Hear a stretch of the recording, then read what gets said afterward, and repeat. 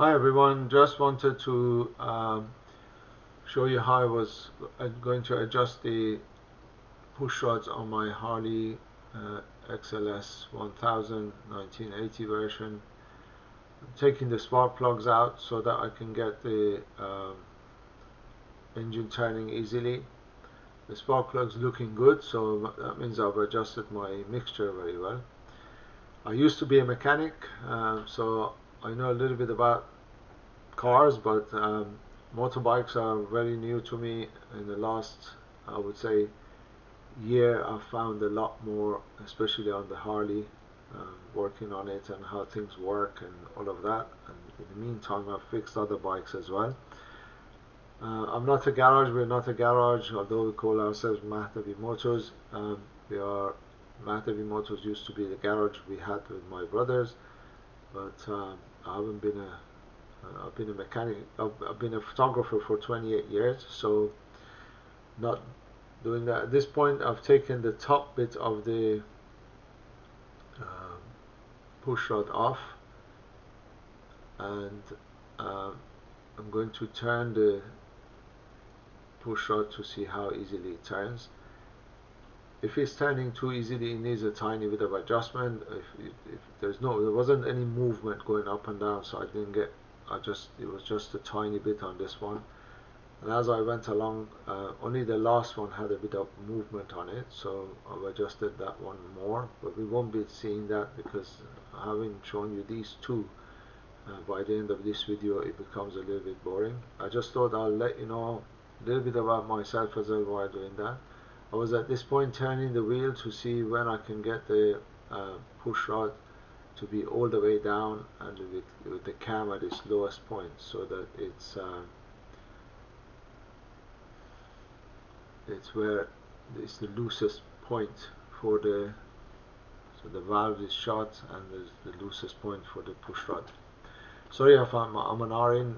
I talk okay when I'm working, but to do a voiceover on this, which I cocked up while doing the video, I don't know what I pressed that it's made it go mute, so sorry about the background, and there's nothing going on there.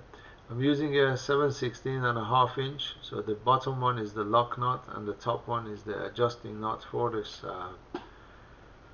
I'll bring the camera close so that we can see it better. So the bottom nut you're seeing, you loosen only a tiny bit and then turn the top one sort of to the right, I would say, or anti-clockwise to make it tighter, or to the left or clockwise to make it looser. So at this point I'm just checking. As I must say, my hand shakes as well. I have what they call essential tremor, which they won't do anything about it here in the UK until I'm absolutely sort of crippled with it, as in I can't do anything with it. That's when they might do something about it, because any tablets and things like that that they gave was having different side effects and things which I don't really want to get into. But anyway, talking about this, I love working on this Harley. I had a Honda Fury before, which was absolutely beautiful, smooth, comfortable ride, chopper, with everything I wanted. It was a beauty. Everybody turned people's head, but to me, I could not get sort of joy out of working on it.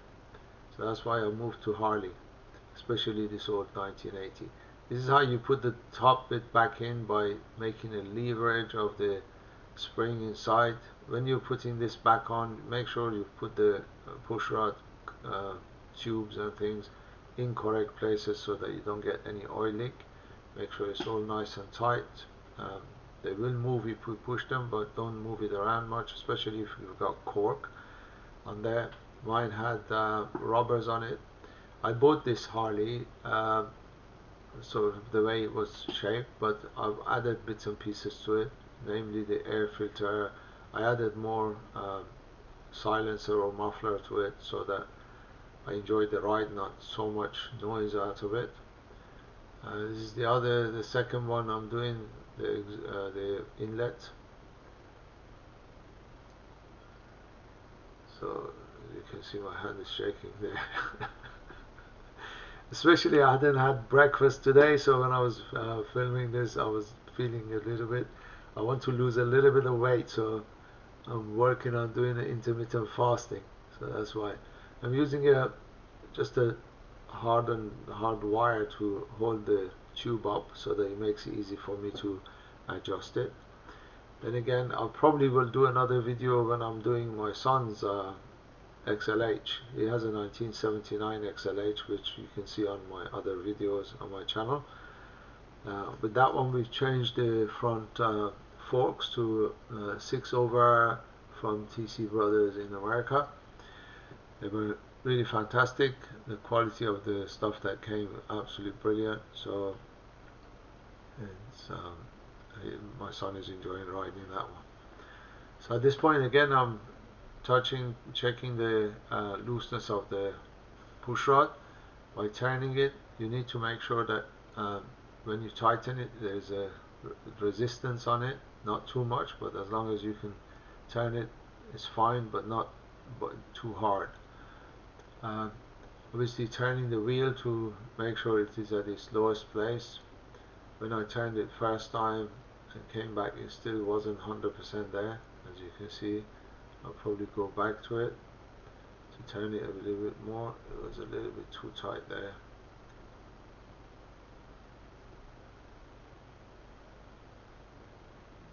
It's just not doing the right thing. So anyway, I've been a photographer for many years, 28 years to be honest, and I've loved that. Gradually, hopefully in the next 3 or 4 years, retiring, making sure, in the meantime, I invest on other things to help me retire. And this bike has been a cost, but it's fantastic. It really takes my time. I read about it. I watch a lot of videos, especially people like TC Brothers and the Easy Company and Mazimoto. If you're a Harley owner, I'm sure you've seen what they do. I learn quite bits and pieces out of every video I watch to make sure things that I do it in a correct way. As I said, I used to be a mechanic, and therefore I'm not scared of touching things. Just got to make sure we do the right things. Sometimes I have to do things a long way just to also learn about the whole thing as well. As I mentioned at the beginning, I'm not going to show you all the 4 that I've done on the bike, but because they're all the same, I don't want to bore you with more of it. And it took me a while to find out how to put the retainers back in, because when I tried it the way I was taking it out, it just didn't work that way to go in. I didn't want to go and watch YouTube to find out how it was. I just wanted to discover it myself, which I did, and you'll see how easily this next one will go in. The first one I had to cut because it took so many goes before I could put it in, but this one I didn't. I just went straight for it. So that, I think, feels correct to me. Just a tiny bit back, maybe a little bit more. Yeah. Okay. Again, mine has got rubbers on it. Make sure if it's a cork, you're not damaging it by pushing it back in the wrong way. So I'm hoping I've done it correctly as well, because I'm not sure, it doesn't say how to do the put this back. I'm looking for different sort of service manuals and things to make sure that I'm doing things correctly and on time. Changed oil many times on this bike to make sure it's all nice and fresh and clean. I did once lay it down slightly, only on a sort of stationary moment, and I cracked the primary cover, which I bought 2 actually. One I've put back on internet to sell because I preferred the second one. It matched my bike better.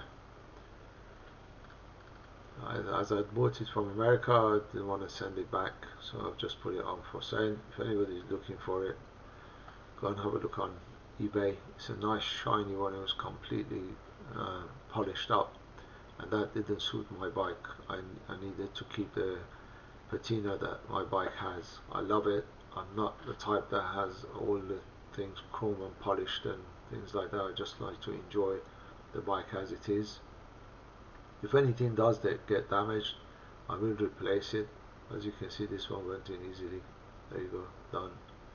So I won't bore you any further. I went and after that started the engine, and it ran fine. To be honest, it was running fine before, but I just wanted to make sure these things are done. Once in a while I will check bits and pieces, oil, gear oil. I then adjusted also my forward controls to make sure it was at its best position with the brake. I've added bits and pieces to this bike, like the air filter, mufflers, as I said, with the sound. Don't know if I said it again, because this is the third time I'm recording this, as the first two I didn't record. So there is my son's bike in the background as well. We've just come. I put the spark plugs back on and the engine started very well. Thank you guys for watching. Like and subscribe if you want to. I'm not there to make money out of this, but I just thought if I can help anyone, I'll be happy to. Take care everyone, safe riding and enjoy.